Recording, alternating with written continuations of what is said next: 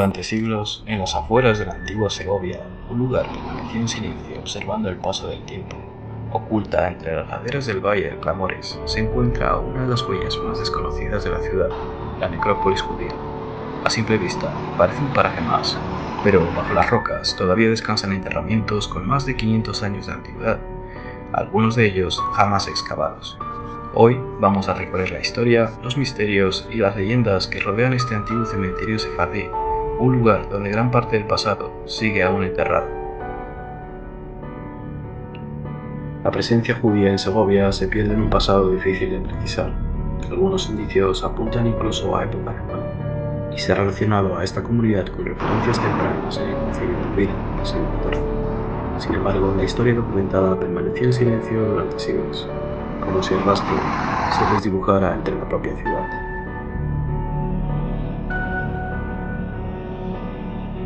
No es hasta 1215 cuando reaparece una mención clara.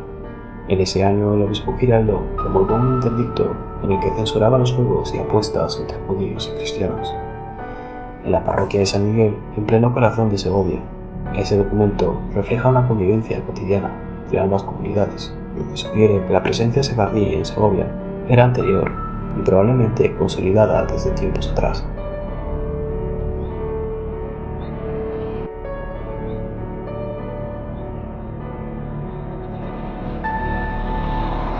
Cuatro décadas más tarde, la propia documentación vuelve a dejar entrever la presencia de una comunidad judía asentada y numerosa en Segovia, hasta el punto de que las autoridades eclesiásticas ordenaron medidas para diferenciarla de la población cristiana. El Papa Inocencio IV pidió al obispo Raimundo de Losana que los judíos vistieran de forma reconocible, con el objetivo de limitar la convivencia social entre ambas comunidades. A lo largo de ese mismo siglo, aunque las referencias son escasas, la judería segoviana estuvo vinculada a figuras relevantes del pensamiento sefardí. Entre ellas destacan el cabalista Jacob Hakoge, que había vivido en sus últimos años y muerto en Segovia hacia 1280, y Yusef ben Abraham Chiquitilla.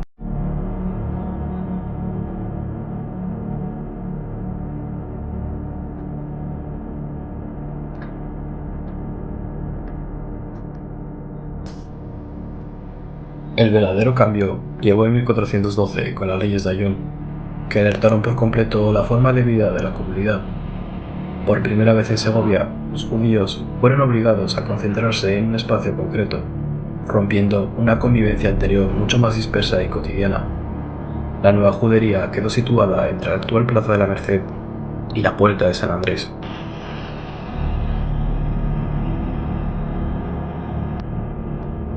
En ese mismo contexto aparece uno de los episodios más enigmáticos, la confiscación de la Sinagoga Mayor. Sus motivos no están claros. Algunas versiones la vinculan a un proceso religioso cargado de leyenda, mientras que otros apuntan simplemente a una reorganización del espacio tras la creación de la nueva judería.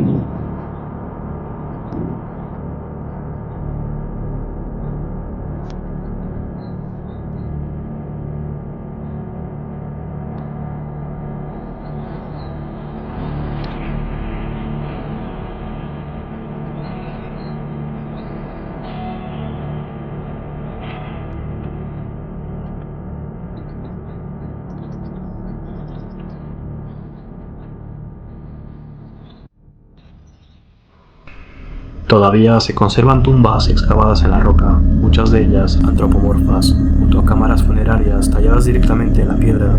La ausencia de inscripciones ha impedido fechar el conjunto con precisión, como si su origen se mantuviera oculto. Algunas tumbas han revelado parte de su historia, pero muchas otras siguen intactas, conservando en su interior restos humanos que nadie ha estudiado todavía.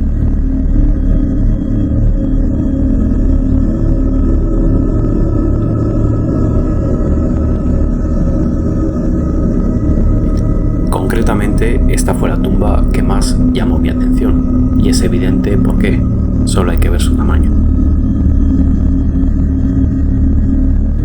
Este tipo de tumbas impactan mucho a primera vista, y más cuando se trata de una tumba tan pequeña.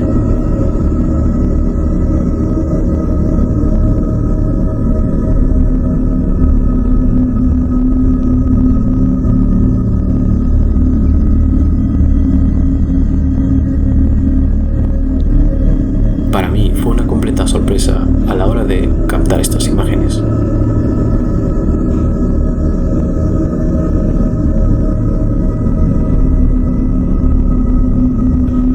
En la tradición funeraria sefardí, la preparación del cuerpo seguía un ritual preciso realizado por la Jefra Kadisha, la comunidad encargada del cuidado de los difuntos.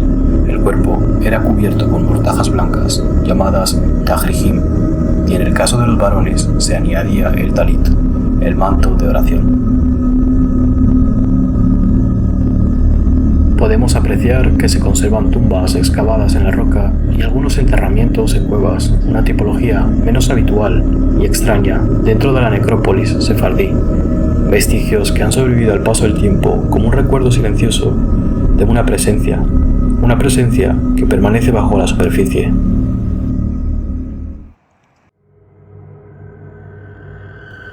Dejadme que os cuente algunas de las leyendas más populares del folclore judío.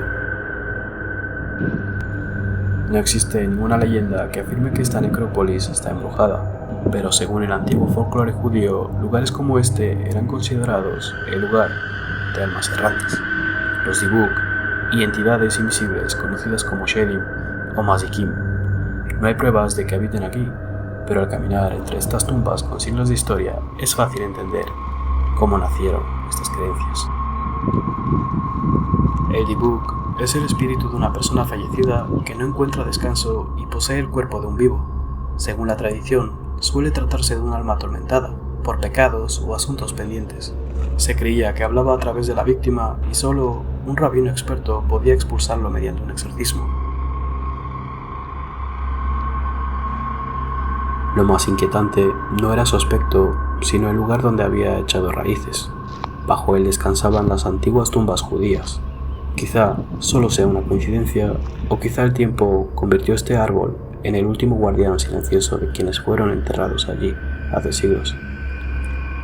En un lugar así, es imposible no preguntarse cuántas historias y secretos hay enterrados bajo tierra.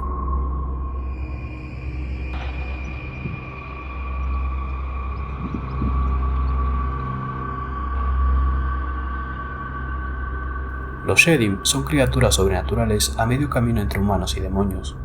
Se decía que viven ocultos entre las personas, especialmente en ruinas, desiertos y lugares oscuros. Algunas historias los describen como peligrosos y engañosos, mientras que otros afirman que algunos pueden ser neutrales o incluso ayudar a los humanos.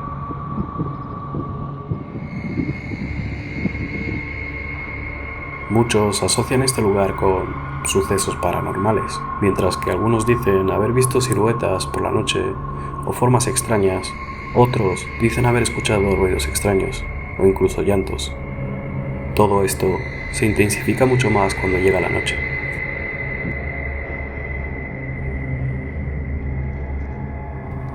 Podéis dejarme un comentario sobre qué os ha parecido este lugar y si ya lo conocíais.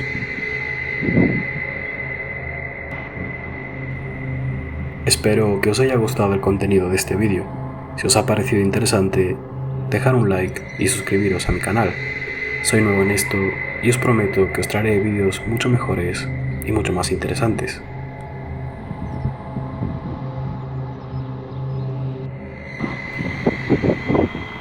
En 1942, la comunidad judía de Segovia desaparece.